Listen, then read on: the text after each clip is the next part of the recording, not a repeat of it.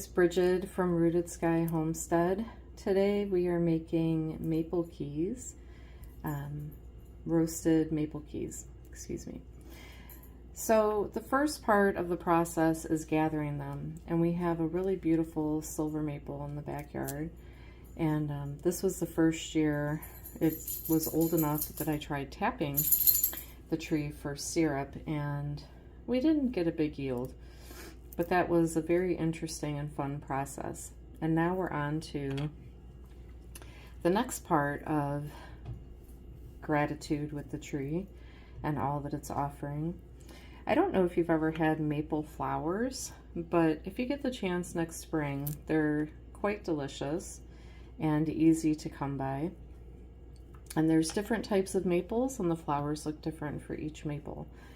But right now, this will be our first year harvesting the maple keys, and I'm really working on my relationship with this tree. She's been in the back now.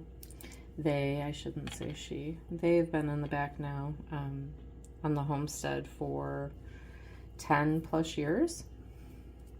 And I don't really know the tree well. I mean, I've watched it season to season, but I haven't been in active relationship with it. And now we're getting closer, right?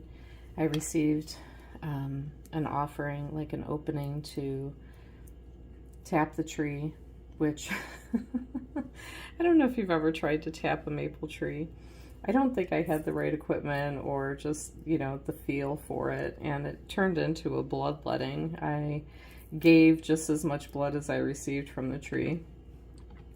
My mallet slipped off, and the spile I don't know, it was like one catastrophe after the next. So I gave a very generous offering to the tree and received a couple sips of sap. So we'll see how it goes next year. If I still receive the go-ahead, I will definitely practice more. So, I was watching the helicopters come down yesterday, and as they fell, I could, hear them coming through the trees, the leaves on the trees. It was like a rustling, and then they would land. And I thought, how generous of you to just keep dropping all of this food onto the ground. I mean, really what she's trying to do is propagate, right? Bring the next generation down to the ground to root in the soil and continue to grow. But there was also this other message that came through, which was, those that can reach the keys up above have had their fill, and now some of these are coming down for those down below to have their fill. And I really appreciate the generosity of everything that lives around us. There's this give and take, right? So I'm just going to continue working these down. I soaked the keys overnight, primarily because I collected them right before sunset, and I didn't have the gumption to work them down last night. So they sat overnight. They left a beautiful tannin in the water, so if I wanted to use that water for dye, it would make a very interesting color. It wasn't orange and it wasn't yellow. It was like a muddy, kind of like a muddy yellow. It was really pretty. So it's good to know that these keys are also a nice source of pigment if you want to make your own dyes. So I'm just going to keep working these down. Soaking them helps to make it a little less tedious when trying to get the seed from the shaft.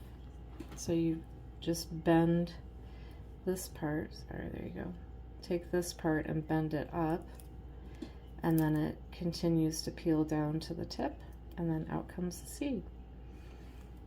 After these are all de-shelled, I'm going to put them into the oven at about 225 for 25 minutes with some good quality oil, not a lot, just a little bit to coat, and then some real salt. So stay tuned as we continue to work down these keys and get them into the oven.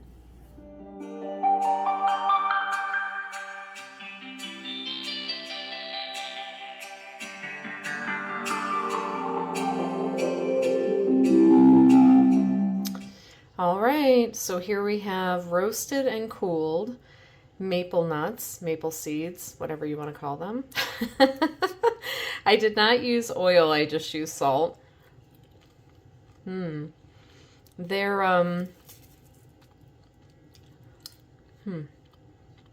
okay, so they're not super crunchy. Probably could have left them in a little longer. I did 225 for 30 minutes.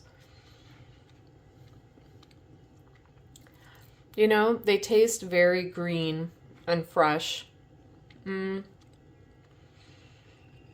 of like a raw pumpkin seed. You know, if you've ever had a raw pumpkin seed, they just have a very green flavor to them. Little nutty, little sweet. They're not unpleasant, but they're yeah, they're their own flavor. My brain is trying to make sense out of what I'm tasting.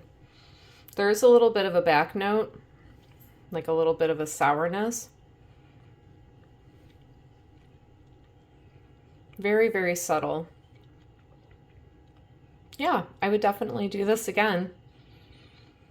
So if you get a chance to try these, let me know what you think. Cheers!